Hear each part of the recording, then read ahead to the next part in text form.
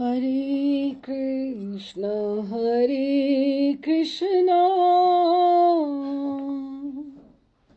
Krishna Krishna, Hare Hare, Hare Ram,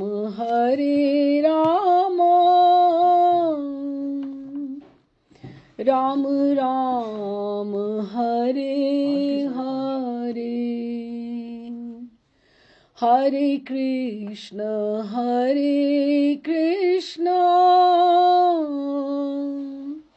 Krishna Krishna, Hare Hare, Hare Ram, Ram Ram, Hare Hare, Hare Krishna,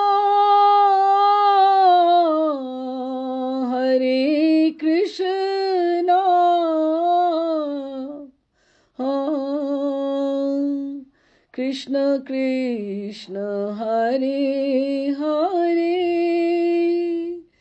Hare Rama,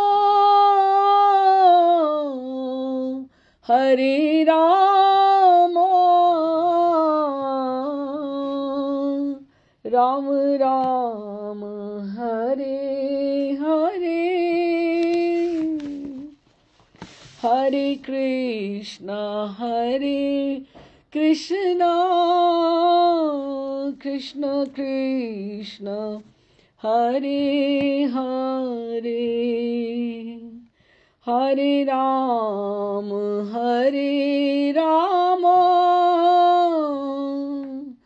Ram Ram, Hare Hare.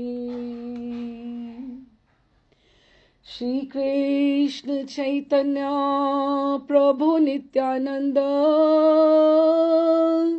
Shri Advaita Gadadhar Shivasadi Gaur Bhakta Vrinda, Shri Rupa Sanatana Bhatt Raghunatha, Shri Jeev Gopal Bhatt Das Raghunath, एही छे गोसाई कौरी चरण वंदन, यहाँ हैते विघ्नाशे अभीष्ट पूरन, अभीष्ट पूरन, अभीष्ट पूरन।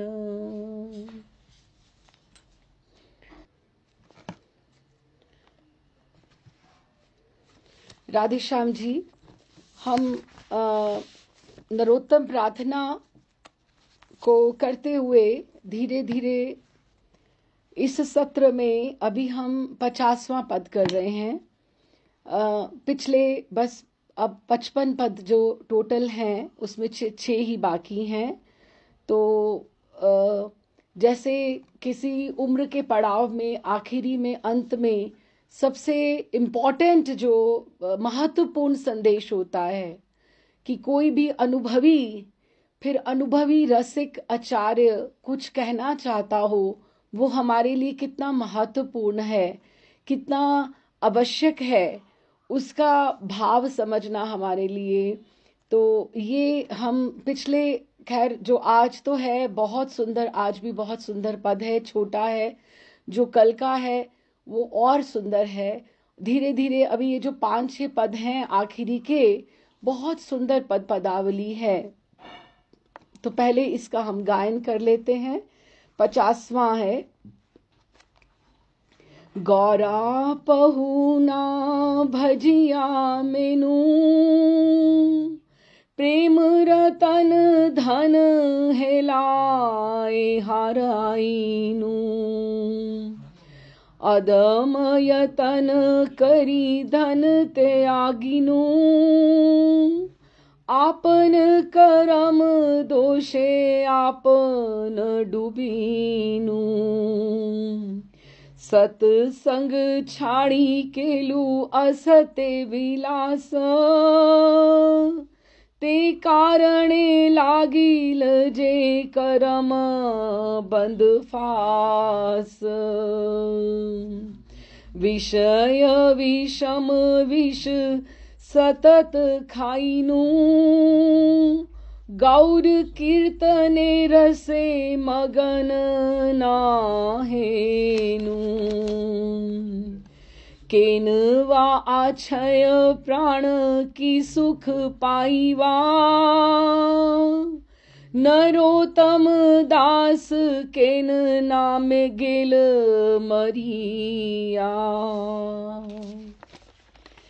ये 10 पंक्तियों का ही पद है।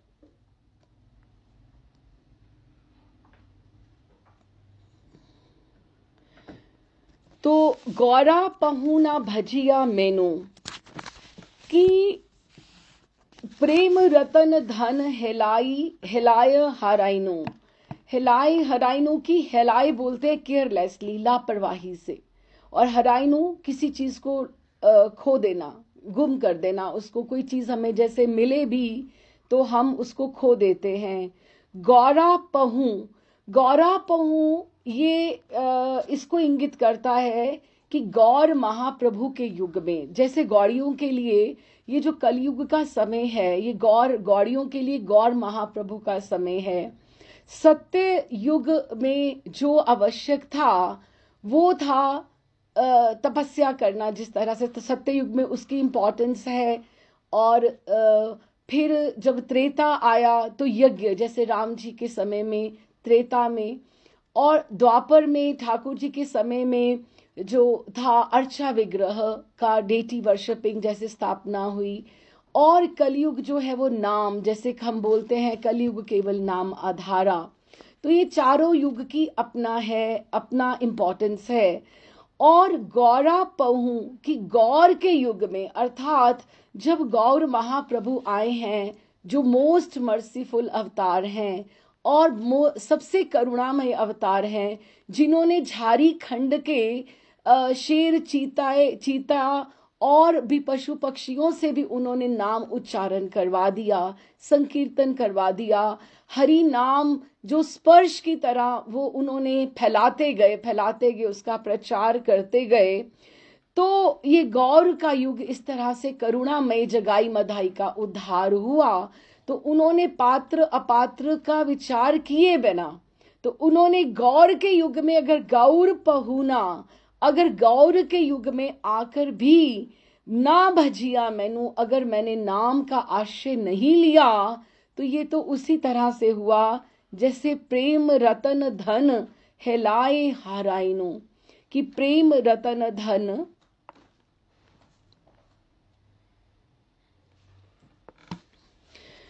तो गौरा पहु ना भजिया मैनू, कि गौर के युग में होने के बावजूद भी ना अगर मैंने भजन नहीं किया तो प्रेम रतन धन, कि जैसे मीरा ने कहा है, पायो जी मैंने राम रतन धन पायो।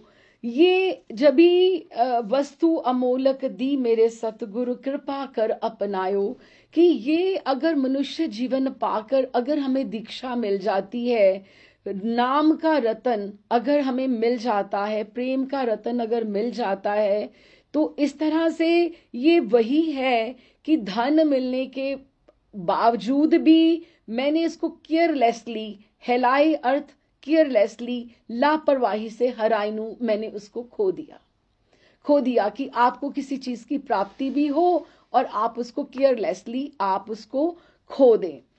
तो जैसे एक बहुत सुंदर एग्जाम्पल भी आता है कि बहुत साधारण सी जैसे बात है कि एक धोबी को जिस तरह से एक हीरा मिल जाता है, लेकिन उसको उसकी महिमा का ज्ञान नहीं है, उसको हीरा नहीं वो समझता, वो धोबी उसको पत्थर ही समझता है और उसको समझ लगता है कि ये चमकदार है, तो वो उसको अपने गधे के गले में ही डाल देता है, उसको घाट पे लेके जाता है, कपड़े धोता है, कभी कभी उसी को उतार के उसको घिस घिस के नहला भी देता है।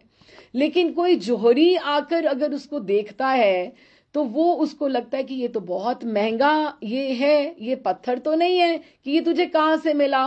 कहते यहाँ पर ऐसे कितने ही पड़े हुए हैं यहाँ पर। तो वो देखता है जौहरी, तो उसको तो और कोई नहीं दिखता, तो कहता है ये तू मुझे देगा क्या, ये इसको देगा। लेकिन लेकिन वो उसका कीमत उसको लगता है इसको तो पता ही नहीं, इसने तो अपने गधे के गले में डाला हुआ है, इसकी तो उसको कीमत ही का अंदाजा नहीं है। तो उसको बोलता है मैं तुम्हें 50 रुपए दूंगा।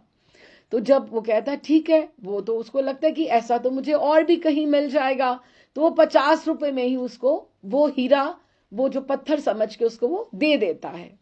लेकिन जब उसके पास आता है, जौहरी के पास आता है, तो वो जो हीरा था कहते वो फट जाता है, वो टूट जाता है कि तुम्हें तो मेरी पहचान थी, तुमने मेरी 50 रुपए कैसे कीमत लगा दी, तुम्हें तो पता है कि मैं कितना वैल्यूएबल हूं, मैं कितना अमोलक हूं।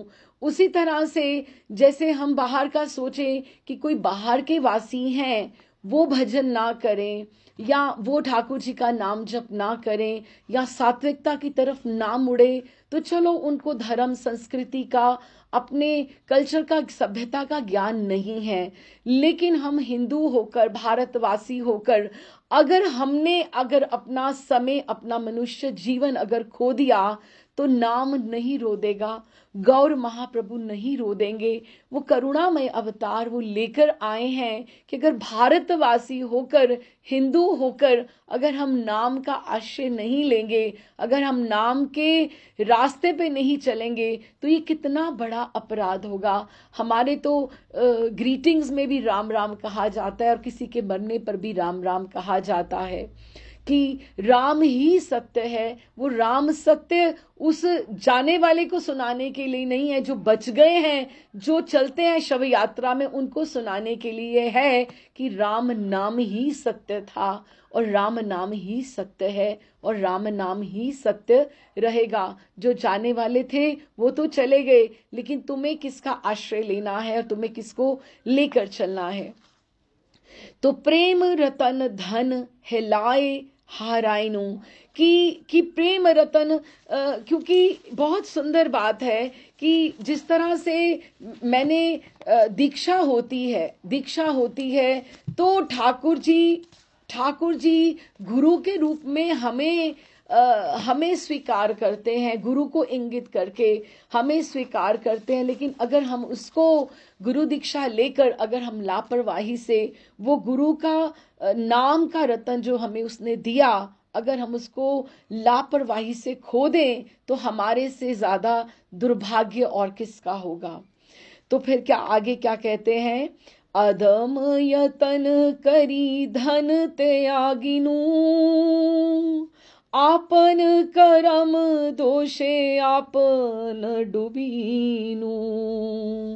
अधम यतन करी, कि मैंने इतने नीच कर्म किए, मैंने अपना इतना प्रमाद, आलस्य में इतना इधर उधर नीच कार्यों करके समय व्यतीत कर दिया कि धन त्यागिनु, कि मुझे जो मेरे प्रारब्ध से, बहुत कृपा से, कितने जन्मों की कृपा से मुझे ये धन मिल गया था, उसका मैंने त्याग कर दिया इतना लापरवाही से। ये नरोत्तम ठाकुर एक साधक के रूप में अपने एनालिसिस अपने लिए नहीं कर रहे हैं, वो एक साधक के लिए कर रहे हैं। एनालिटिकली वो आक्षेप कर रहे हैं, जैसे हमें अपने बारे में, जीव को, साधक को कैसे अपने बारे में सोचना चाहिए, ये हमें बता रहे हैं। उनको, वो तो सिद्ध पार्षद है, वो ये दैन्यता में ये सारी बात कर रहे हैं, उनको इस ऐसी बात करने की आवश्यकता नहीं है। वो तो सिद्ध पार्षद हैं, चंपक मंजरी हैं प्रियालाल जी के निकुंज की, लेकिन वो साधक की तरह दैन्यता में ये अपने ऊपर अपने कार्यों को देखते हुए आक्षेप कर रहे हैं कि अधम यतन करी, कि मैंने बहुत नीच कार्य करके, मुझे जो गुरु ने जो धन दिया था उसको मैंने खो दिया, कहीं पे त्याग दिया, और अब मेरे आपन कर्म दोषे आपन डूबिन, अब मेरे ही स्वयं के नीच कर्म थे, तो इसीलिए आपन ही डूबन, कि मैंने आप ही अगर मैं डूब रहा हूं, क्योंकि इस मनुष्य जीवन के पश्चात, योनि के पश्चात, मेरा मनुष्य रूप में जन्म हो या ना हो, अगर मैं नीचे योनियों में चला गया तो इसमें ये मेरे ही कर्मों का दोष होगा, इसके लिए किसी और का दायित्व नहीं है। फिर सत्संग आपन कर्म दोषे आपन डूबन, कि अपने कर्म दोष के साथ ही आपन डूबन, कि अपना आप ही मैं डूब रहा हूं। और सत्संग छाड़ी केलू असत्य विलास, इसमें दो शब्द सबसे बड़े उन्होंने लिए हैं, सत्संग और असत्य विलास, कि मैंने सत्संग छोड़ दिया। जो एक सत्संग इस तरह से होता है कि जिस तरह से नया पहले पौधा लगता है, ठाकुर जी जैसे गुरुदेव जैसे नाम बीज देते हैं हमें, तो उसको धूप छाया, एक नया पौधा है, उसको धूप छाया, वीडिंग, उसकी कटिंग छटाई हर एक की जरूरत होती है, आवश्यकता होती है, उसको सत्संग चाहिए। अकेले भी जो पौधा है वो पनपेगा नहीं, उससे बात करो, उसको देखो। तो अगर सत्संग छाड़ी, कि जिस तरह से एक पौधे को धूप छाया चाहिए होती है, इस तरह से एक नए साधक को दूसरे सीनियर डिवोटीज का या अपने गुरु भाई जनों का, जैसे जो उसके जातीय हो, जातीय अर्थात जो उनके साथ बात कर सकते हो, जिससे वो अपनी जिज्ञासा का समाधान कर सकते हो, उनके संग की अपेक्षा होती है। लेकिन सत्संग छाड़ी, मैंने, नरोत्तम ठाकुर बोल रहे हैं, अपनी दैन्यता में बात कर रहे हैं कि मैंने वो सत्संग छोड़ दिया, केलू असत्य विलास, और मैं असत, जो मेरे लिए सत्य नहीं था, जो मेरे लिए सत्य नहीं था, क्या नहीं सत्य, कि जो मेरे को सही रास्ते पर लेकर नहीं जाने वाला था, वो सब असत, उन चीजों के साथ मैं विलास करता रहा, उसके साथ मैं उसी को अपने जीवन के व्यवहार में, आचार विचार में मैं उसको लेकर आता रहा। तो ये मेरा ही तो दोष है, क्योंकि कोयले का अगर मैंने संग किया, अगर वो अपना मुझे गुण दोष ना दे तो कम से कम रंग तो दे ही देगा। कि अगर ये हम सोचें कि 49 पद होने के पश्चात भी अगर एक अनुभवी रसिक आचार्य अगर सत्संग के ऊपर इतना बल दे रहे हैं, तो एक जन के लिए सत्संग कितना आवश्यक है, एक साधक के लिए सत्संग कितना आवश्यक है। लेकिन मैंने सत्संग छाड़ी केलू असत्य विलास, मैं असत्य का सहारा लेकर ही आगे बढ़ना चाहा। तो मैं इसलिए किसको दोष दूं, ये आपन कर्म, ये मेरे ही कर्म है, और मैं ही जो अगर आज डूब रहा हूं तो ये मेरा ही दोष है कि मैंने गौरांग महाप्रभु के युग में भी अगर आकर, अगर प्रेम धन की प्राप्ति करके भी मैंने उनका नाम नहीं भजा, और इसको मैंने प्रेम रत्न को, धन को खो दिया है। ते कारे ने लागिल जे करम बंद फास, विषय विषम विष ना, सत्संगे छाड़ी केलू असत्य विलास, ते कारे ने लागिल जे करम बंद फास। सत्संग मैंने छोड़कर जो असत्य विलास किया है, उसी के कारण लागिल जे करम बंद फास, कि मुझे कितने जन्मों में अभी उसको भोगना पड़ेगा। ये देखिए कितनी बड़ी बात है। हमें समझ में नहीं आता। फेसबुक खोला हमने तो चलो किसी चीज के लिए खोला, कोई शायद कोई गुरुदेव की पोस्ट है या कोई एक अच्छी पोस्ट है, लेकिन उसने कुछ और दिखाना शुरू कर दिया, या यूट्यूब पे कोई और लिंक आ गया, या कोई और कुछ चलना शुरू हो गया, तो हमारा संग जो था वो 1 मिनट में हमारे हाथों से निकल गया ना। हमें नहीं पता लगा कि हमने मन का आसन जो था वो एकदम से बदलाव हो गया।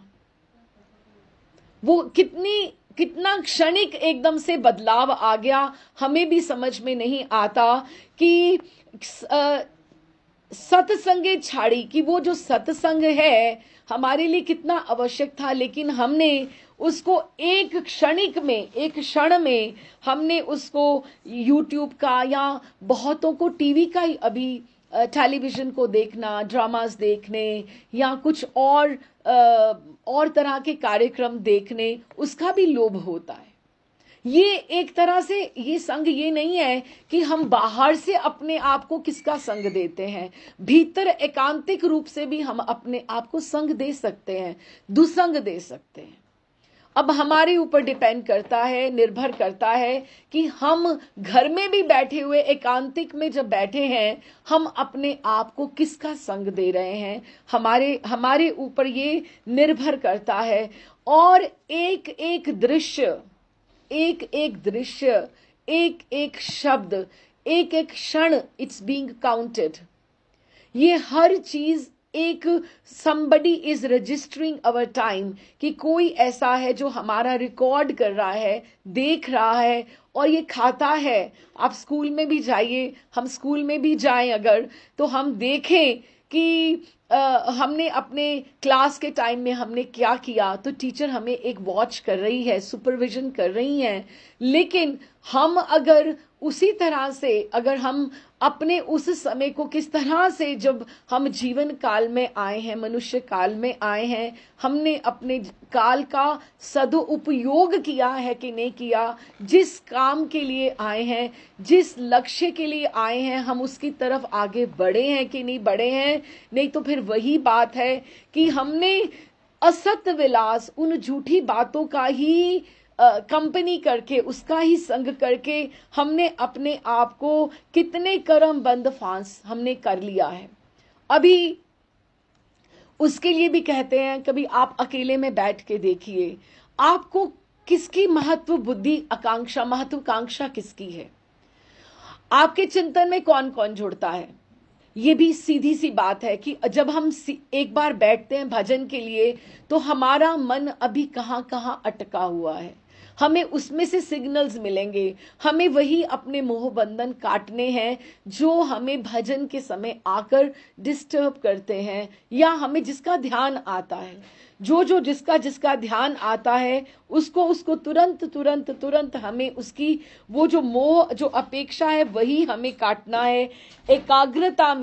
एकाग्रता में एकांतिक रूप से हम बैठकर देखें पहले कि हमारी आसक्तियां अभी किधर किधर गई हुई हैं, हमारा ध्यान, हमारी इच्छाएं, अभिलाषाएं अभी कहाँ कहाँ जुड़ी हुई हैं। नहीं तो हमें नहीं पता हमारा कौन सा कर्म, हमारा एक बंधन किसका क्या कारण हो सकता है कि हमें अभी जो राजा भरत को जो सब कुछ त्याग कर अपना परिवार और ये सब, भागवतम में कथा आती, कितना बड़ा दृष्टांत है हमारे सामने, सब कुछ छोड़ के त्याग कर, और उनकी मोह कहाँ अटक गया, एक हिरण में कटक गया तो कितना 2 जन्म का फेर पड़ गया। तो यही बात आ गई ना, कर्म बंद फास, कि हमारा जो फोकस है, एकाग्रता है, एकांतिकता है, अनन्यता है, अभी वो किधर जा रही है। यही है जो हमें वो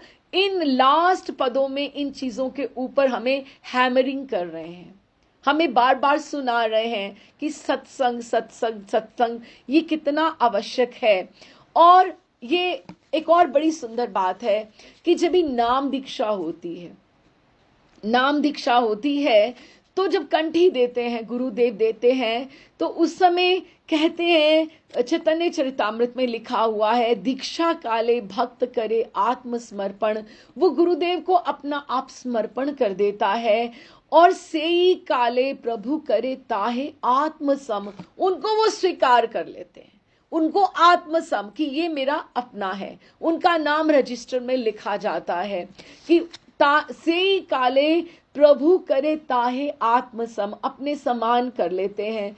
गुरुदेव जो हैं एक स्पर्श मणि की तरह है, जो हम लोहों को पकड़ के, मैं आज आप सोचूं कि अगर बड़े महाराज मेरे जीवन में ना आते तो खैर अभी भी कुछ ऐसा नहीं है कि मैं बहुत अपने आप पे गर्व अनुभव कर पाऊं, लेकिन फिर भी हम सोचें तो हम लोहे के लोहे ही हैं।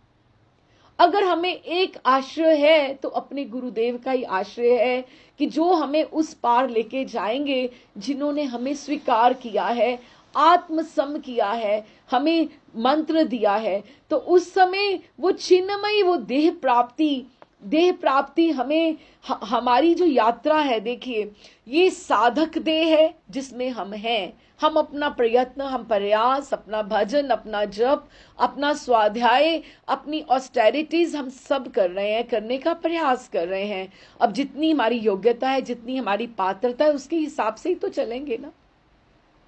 जितना हमारे हम लोगों की अभी आयु के हिसाब से, जितना हमारी कैपेसिटी है, उसके हिसाब से हम प्रयास कर रहे हैं। लेकिन हमारी ये जो जर्नी है, हमारी जो यात्रा है, ये साधक देह से लेकर सिद्ध स्वरूप तक है। यही हमारी यात्रा है जो हमें गुरुदेव की कृपा से नाम के समय से लेकर हमें यहां तक तय करनी है। हम कहां तक पहुंचे, यहां तक पहुंचे, यहां तक पहुंचे, फिर अगला जन्म हमें वहीं से प्रारंभ करना पड़ेगा। जब तक हम सिद्ध देह की, सिद्ध स्वरूप तक हम वहां नहीं पहुंच पाते हैं और चिन्मयी देह की प्राप्ति नहीं होती है।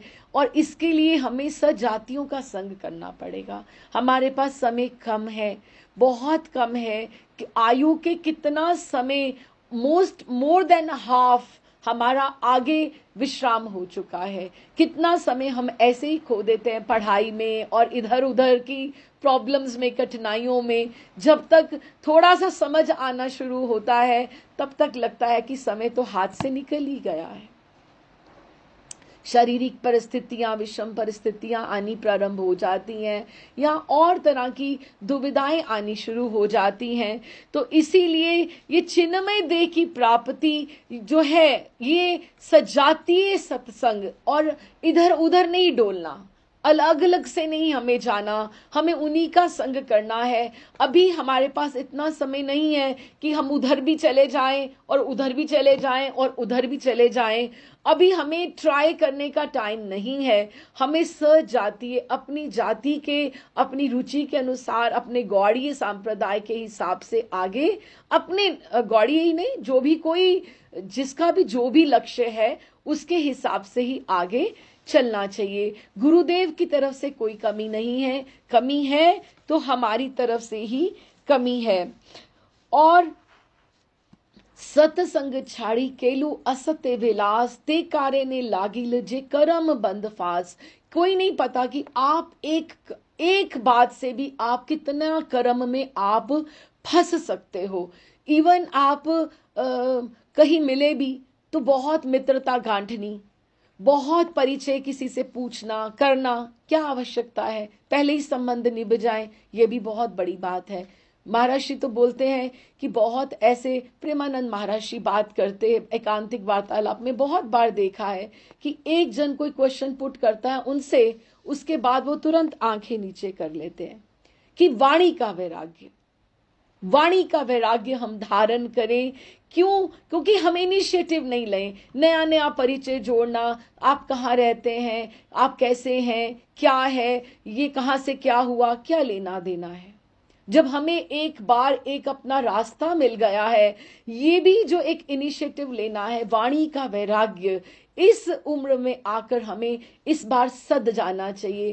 साधक वही है जो अपने आप को साधे रखे, अपने लक्ष्य की तरफ आगे अग्रसर होता रहे। तो ये भी कर्म बंद फांस का एक ये भी कारण हो सकता है। और क्या कहते हैं, विषय विषम विष सतत खाइनु, गौर कीर्तन रसे मगन नाहैनु। ये वही बात है, विषम विषय, कि ये जो विषय हैं, पहले हमें जो भोग हैं, पहले अच्छे लगते हैं कि चलो ये भी करते हैं, वो भी करते हैं, ये सब अच्छा है, लेकिन ये बहुत भोगने, इसका जो परिणाम है वो बहुत विषम है, कठिन है। लेकिन भगवद नाम जपना पहले आपको कठिन लगता है, लेकिन उसका परिणाम अति उत्तम है। उत्तरों उत्तर अगर हम बढ़ते जाएं तो इसका अग्रसर होते जाएं तो सुंदर ही सुंदर, सुंदर ही सुंदर ये रहेगा। तो विषय विषम विषय सतत खाइनु, कि मैंने नरोत्तम ठाकुर देखो साधकों के लिए हमें ये बताते हुए कह रहे हैं कि विषय विषम विष सतत खाइनु, कि मैंने विषयों का जो विषयों का विषम विषयों का जो विष है ये जहर के समान है, जहर के समान है, लेकिन मैंने जानी या बूझिया विष खाइनु। विष ऐसे कौन खा सकता है? कोई खा सकता है? सामने हमारे पड़ा हो विष, पड़ा हो तो सर्व किया जाए तो कोई खा सकता है क्या? लेकिन जो ये विषय है ये विष के समान है, उसका मैंने सतत कॉन्टिन्यूसली निरंतर उसका सेवन किया है, और खा खा के उसको मैंने अपने आप को मैं अलग और कर्म बंध में मैं फांस रहा हूं। और गौर कीर्तने रसे मगन न हैनु, कि गौर अगर जो अल्टीमेटली जो मेरा गोल था, लक्ष्य था, वो क्या था? जन्म मेरा इसीलिए हुआ था कि मनुष्य जीवन इसीलिए था कि अल्टीमेट जो मेरे लिए था गौर कीर्तन रस में मैं मग्न हो जाता, तो क्या मैंने अपने आप को उसमें डुबोया? नहीं डुबोया। तो इसका अर्थ तो यही हुआ कि प्रेम रतन धन हैलाए हाराइनु, कि मैंने प्रेम रतन पाकर भी उस धन को मैंने केयरलेसली, लापरवाही में खो दिया है।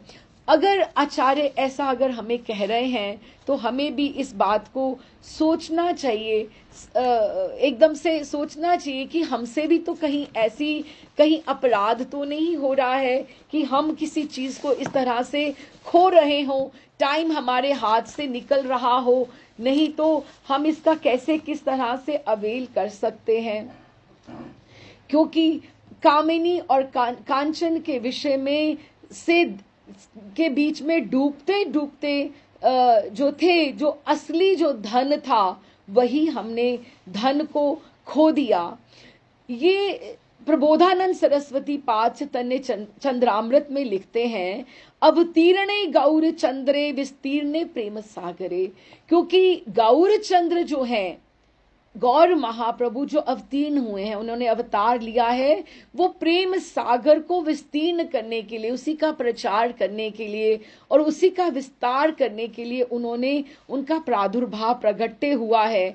सुप्रकाशित रत्नौज्ञ यो दीनो दीन एव सा, कि उन्होंने सुप्रकाशित करने के लिए ये रत्न, ये एक बहुमूल्य रत्न था ठाकुर जी के कोश का, जो प्रिया जी पे या उनके पार्षदों का ही अधिकार था, जो कलयुग में वो प्रेम भक्ति लेकर आए हैं, और उन लेकर ही नहीं आए, लुटाने आए हैं। और यो दीनो दीन एव सा, कि उन्होंने पात्र अपात्र का विचार किए बिना उन्होंने ऐसा ज्वार आया, ऐसा तरंग आई, ऐसा ही प्रेम का सागर करुणा का लहराया कि उन्होंने कितने, और वो अकेले नहीं आए, उनके साथ कितने कितने बड़े, वो तो स्वयं तो करुणा सिंधु गौर हरि आए, उनके साथ कितने रत्न प्रकाशित हुए। आप ये सोचिए कि एक कमरे में एक मात्र अगर आप सोचो नरोत्तम ठाकुर ही बैठे हों तो कितना ये प्रकाशित हो जाए। हाँ, तो ये वो समय था जब रूप गोस्वामी पाद, सनातन गोस्वामी पाद, गोपाल भट्ट जी, जीव गोस्वामी पाद, लोकनाथ जी, दास गोसाई, सारे के सारे जिस समय, फिर गौर हरि स्वयं, स्वरूप दामोदर, राय रामानंद, ये जब सब बैठते होंगे एक प्रकार से सब कितना प्रकाशित वो समय होगा। जैसे वृंदावन का समय अलग रहा, नीलाचल में या वृंदावन में यही बात है कि ये समय कैसा रहा होगा कि जब गौर हरि आए वो अपना करुणा का सागर तो लेकर आए, वो सारे रत्न भी लेकर आए। यही प्रबोधानंद सरस्वती पाद कह रहे हैं, जो सरस्वती मंजरी है, कि वो कितने बड़े बड़े आचार्य पार्षद उनका किस लिए आए, वो रत्न जो आए वो किस लिए आए? गौर हरि की लीला को संपन्न करने के लिए आए, ग्रंथों का प्रणयन करने के लिए आए, नाम प्रचार करने के लिए आए, हमें विग्रह सेवा प्रणाली का सिखाने के लिए आए, वृंदावन का उद्धार करने के लिए आए। तो ये गौर हरि का जो ये समय है, अगर हमने उस समय को ही हमने अवेल नहीं किया तो ये तो बात वही हो गई कि हमने अपने आप ही सारा का सारा जो था, ये रत्न जो हमें मिला है, हमने इसको बस खोने ही वाले हैं इसको, नहीं तो इसको हमें सुध लेनी पड़ेगी इसका। केनवा आछे प्राण की सुख पाइया, नरोत्तम दास केन ना गेल मरिया। ये बस लास्ट पंक्तियां हैं 50वें पद की। ये छोटा सा ही पद था 10 पंक्तियों का, जिसमें उन्होंने अपना एनालिसिस करा है। हर साधक को अपना एनालिसिस करना चाहिए कि मैं अमृत का पान कर रहा हूं या मैं विष खा रहा हूं, मेरा सत्संग किधर जा रहा है। और इसमें भी सत्संग ये आवश्यक नहीं है कि बाहर से हम किसका संग कर रहे हैं, भीतर से हम किसका संग कर रहे हैं। अगर हाथ में माला है, वही बात है, वेश परिवर्तन करने से कुछ नहीं होने वाला जब तक हमारे आचार विचार, हमारा आचरण शुद्ध नहीं होगा, हमारा मन सहज नहीं होगा, तो उसके बिना कुछ काम आगे बढ़ने वाला नहीं है। तो केन वे आछय प्राण की सुख पाया, कि मैं अब क्या आशा करूं, मेरे प्राण गौर संकीर्तन में क्यों आविष्ट नहीं हुए। वो यही कह रहे हैं कि कृष्ण भक्ति को प्राप्त करने का जो सत्संग ही सबसे बड़ा एक मूल जो है वो सोर्स है, क्योंकि अति अल्पकाले जैसे हम बोलते हैं, आधी से आधी घड़ी, आधी से पुनि आध, तुलसी संगत साधु की कोटि कटेक अपराध, कि आधी से आधी घड़ी, ये कोई भी समय जरा सा भी हमारा वेस्ट नहीं होना चाहिए। एक साधक को हमेशा अपने आप को सधे हुए रहना चाहिए। साधु संग साधु संग साधु संग, सर्व शास्त्र कोय, लव मात्र साधु संगे कृष्ण भक्ति लभ्य होए। ये चैतन्य चरितामृत में लिखा गया है कि अति अल्पकाल, कि कोई भी आपको नहीं पता कि कितना थोड़ा समय अगर आपको सत्संग की प्राप्ति होती है, वो कृष्ण भक्ति पाने का एक सशक्त कारण बनता है। आप ठाकुर की कृपा दृष्टि में होते हैं जब आपको सत्संग की प्राप्ति होती है। कृष्ण भक्त क्षण भर मात्र के दर्शन करना, स्पर्श करना, आलाप करना, उसके साथ समय बिताना, एक चंडाल तक को भी पवित्र कर सकता है। ऐसा सत्संग त्याग कर अगर हम असत संग में आनंद पाया, तभी हमें कर्म बंधन आगे का आगे लेता जाएगा। असत लोगों के संग से ये लोग तो खराब जो होता ही होता है, परलोक सभी प्रकार की साधना की हानि हो जाती है।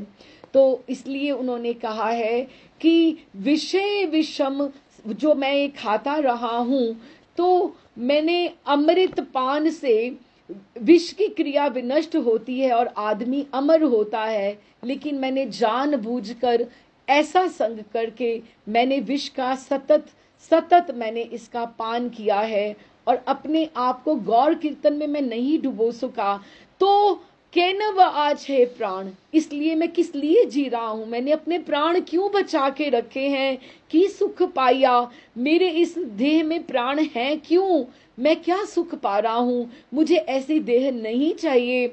मैं नहीं जानता नरोत्तम दास केन ना गेल मरिया मीन्स मैं मर क्यों नहीं गया, कि सत्संग को उन्होंने इतनी महत्वता दी है कि अगर मुझे सत्संग मैंने उसका नहीं किया तो मुझे मर जाना ही अच्छा है, मैं मर क्यों नहीं गया। प्रेम की मूर्ति शील ठाकुर महाशय ने ये जो पद लिखा है, महादैन्यता में लिखा है, महादैन्यता से भरकर स्वयं को साधारण विषय व्यक्ति समझकर आक्षेप किया है। और ये मृत संजीवनी की तरह साधकों के लिए परम हितकर है कि हमें भी ये बातों के ऊपर सोचना चाहिए कि हम विष खा रहे हैं या हम अमृत का पान कर रहे हैं, हम विषय विषम रास्ते पे चल रहे हैं या सत्संग के रास्ते में चल रहे हैं। कहीं हम भी तो अपने रतन को, ये कलयुग में जब गौर महाप्रभु का युग है, तो हम अपना केयरलेसली ये जो हमें हीरा मिला है, गुरु नाम से दीक्षा मिली है, जो मीरा ने भी कहा राम रतन धन पायो, उसको कहीं हम गवा तो नहीं दे रहे, अपने आप को किसी कर्म बंधन में हम फंसा तो नहीं रह रहे, हमें कहाँ संग ले जाएगा हमें नहीं पता है। इसलिए इन सब बातों का ध्यान रखना चाहिए। ये छोटा सा ही पद था, हम यहाँ विश्राम करते हैं, लेकिन ये बहुत एक अपने आप के लिए हैमरिंग है। अगर 50वें पद में अगर एक रसिकाचार्य इतनी बात कह रहे हैं, सत्संग को इतनी महत्वता दे रहे हैं, तो हमें इसके ऊपर सोचना चाहिए।